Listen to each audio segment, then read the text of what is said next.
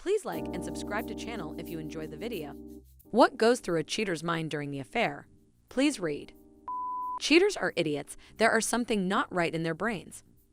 What hurts the betrayed spouse the most is the lying and gaslighting. If a cheater just says, "Yes, I'm sorry I cheated on you. You were a great person. I messed up," the betrayed spouse can at least have some closure. But with cheaters it's, "I haven't loved you for 20 years, when in reality you have 100 kids together that they wanted, tons of vacation, they smiling in every picture, they were always happy, people comment on how much they love you, etc. I was never happy, I never knew what love was until I met the affair partner. She is my soulmate. I met my affair partner 2 hours ago and feel a stronger connection with them than what I felt with you for the last 100 years of our marriage. You didn't do eyes for me, blah blah blah." This is what really messes with the betrayed spouse because they start believing the lies and try to make sense of it for years to come. Here is the joke. There are no logic. Making sense of a cheater's decision is a waste of time. They will lie through their teeth to avoid taking blame. Suddenly, even though you made their coffee was horrible and they had to suffer for years drinking your coffee. Their affair partner is so broke, instead of coffee, they in a cup and give it to them every morning. But you know what? That in a cup is still better than your coffee. Once the cheater starts to live a real life with the affair partner, they begin to realize that yes, the AP is human, they have flaws too, etc. You see, during the affair, they are not having a real relationship, it's a fantasy. There aren't really any fighting or anything because the limited time they secretly have together, they don't have time to waste. Pretty soon, the in the cup isn't so amazing. That's when the affair fog begins to lift. Note, this is very important to understand. A cheater and their affair partner were not having a real relationship during the affair. Example, the cheater and their idiot AP decided to randomly dance in the rain because it's so romantic. 2 weeks later it's raining, they ask you to come dance in the rain, you're like, no, you just had coronavirus, pneumonia, a cold for the last 100 years, surgery scheduled on your entire body, cannot get sick because you need to work to pay all the bills.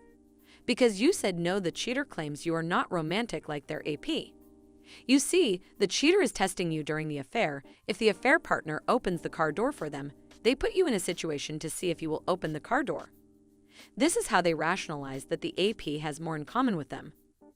This is very important to realize that when you can never do anything right. What is happening is they are comparing courting of a 2-week relationship of some guy who just wants to get in their pants, so they are turning on the love bomb, to a 20-year marriage with real responsibilities. Also note, during the affair, the cheater is telling their AP exactly what they need and what you are doing wrong. It's like giving someone the answers to the test. Example, he never texts me good morning. Well, the affair partner will now text the cheater good morning and the cheater will think, OMG, you understand me. I told you that and you immediately do it. I couldn't get my spouse for the last 20 years to text me good morning. The AP have such an easy time, they need to just do exactly what the cheater is telling you are not doing. This is why cheaters get deep into affair fog so quickly. That's why they use works like my AP is my soulmate, true love, I cannot live another day without them, etc.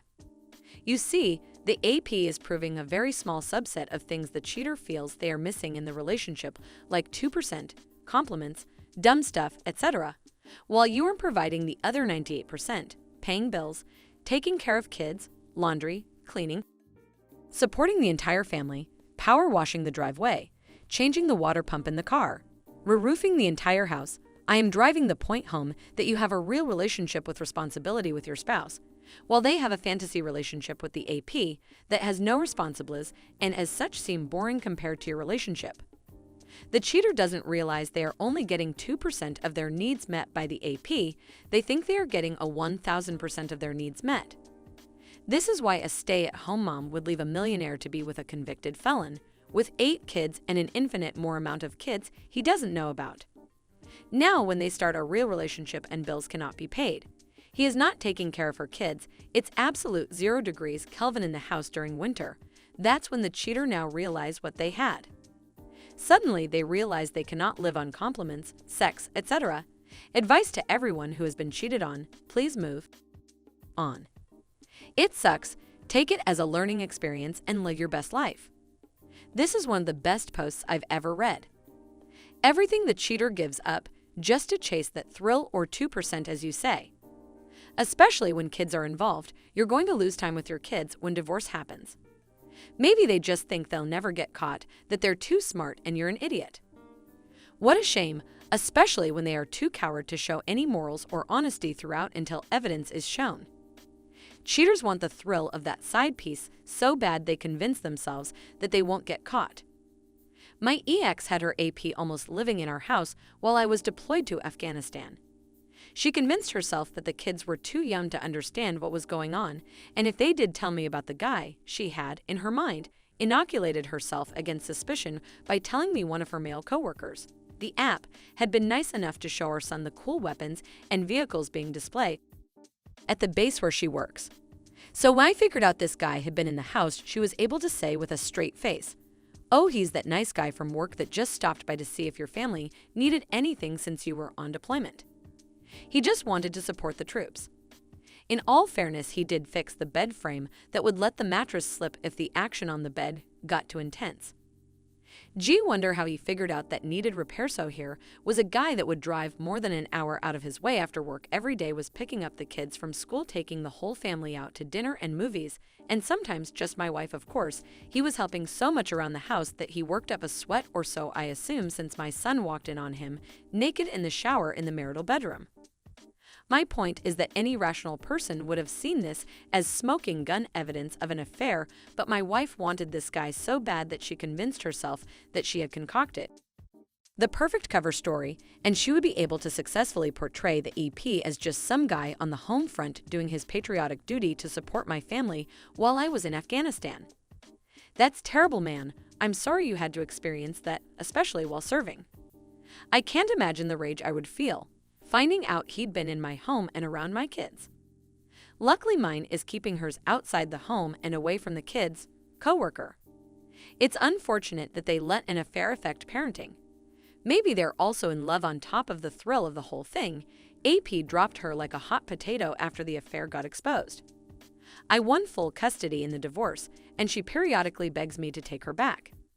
I just tell her she should look up her old AP. Maybe he'll have her. Lol. Good on you for staying strong.